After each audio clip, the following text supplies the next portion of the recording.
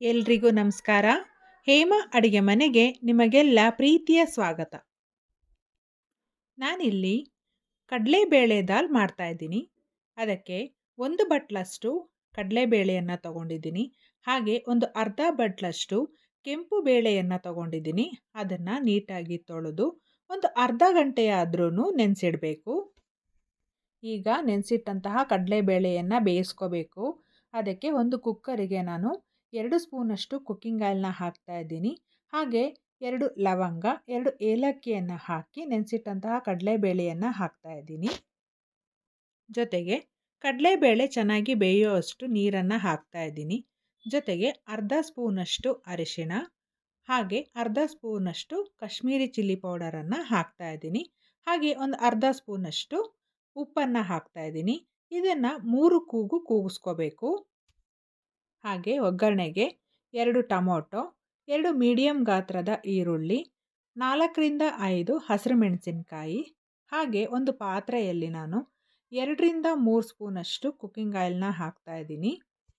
ಎಣ್ಣೆ ಬಿಸಿ ಆದಮೇಲೆ 1 ಸ್ಪೂನಷ್ಟು ಜೀರಿಗೆ, ಒಂದು ಅರ್ಧ ಸ್ಪೂನಷ್ಟು ಇಂಗನ್ನು ಹಾಕಿ ಮತ್ತು ಈರುಳ್ಳಿ ಹಾಗೆ ಮೆಣಸಿನಕಾಯಿನ ಹಾಕಿ ಸ್ವಲ್ಪ ಫ್ರೈ ಮಾಡ್ಕೋಬೇಕು.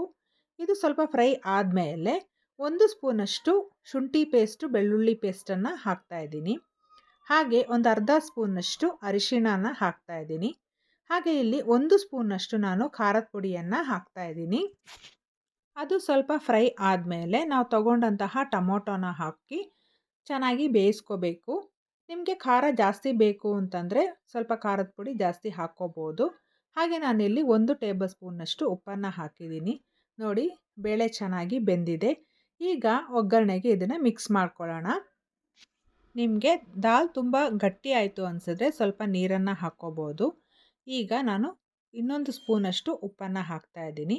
ಅದರ ಜೊತೆಗೆ ಸ್ವಲ್ಪ ಕಸೂರಿ ಮೇಥಿ ಹಾಗೆ ಕೊತ್ತಂಬರಿ ಸೊಪ್ಪನ್ನು ಹಾಕ್ತಾ ಇದ್ದೀನಿ. ಇದು ಒಂದು 2 ನಿಮಿಷ ಚೆನ್ನಾಗಿ ಕುದಿಬೇಕು. ನೋಡಿ, ಕಡಲೆಬೇಳೆ ದಾಲ್ ರೆಡಿ ಇದೆ. ಇದು ಚಪಾತಿ, ಪೂರಿಗೆಲ್ಲ ಚೆನ್ನಾಗಿರುತ್ತೆ. ಈ ರೆಸಿಪಿ ನಿಮಗೆ ಇಷ್ಟ ಆಗಿದೆ ಅನ್ಕೋತೀನಿ. ಇಷ್ಟ ಆಗಿದ್ದರೆ ಪ್ಲೀಸ್ ಲೈಕ್ ಮಾಡಿ, ಶೇರ್ ಮಾಡಿ, ಸಬ್ಸ್ಕ್ರೈಬ್ ಮಾಡಿ. Thank you.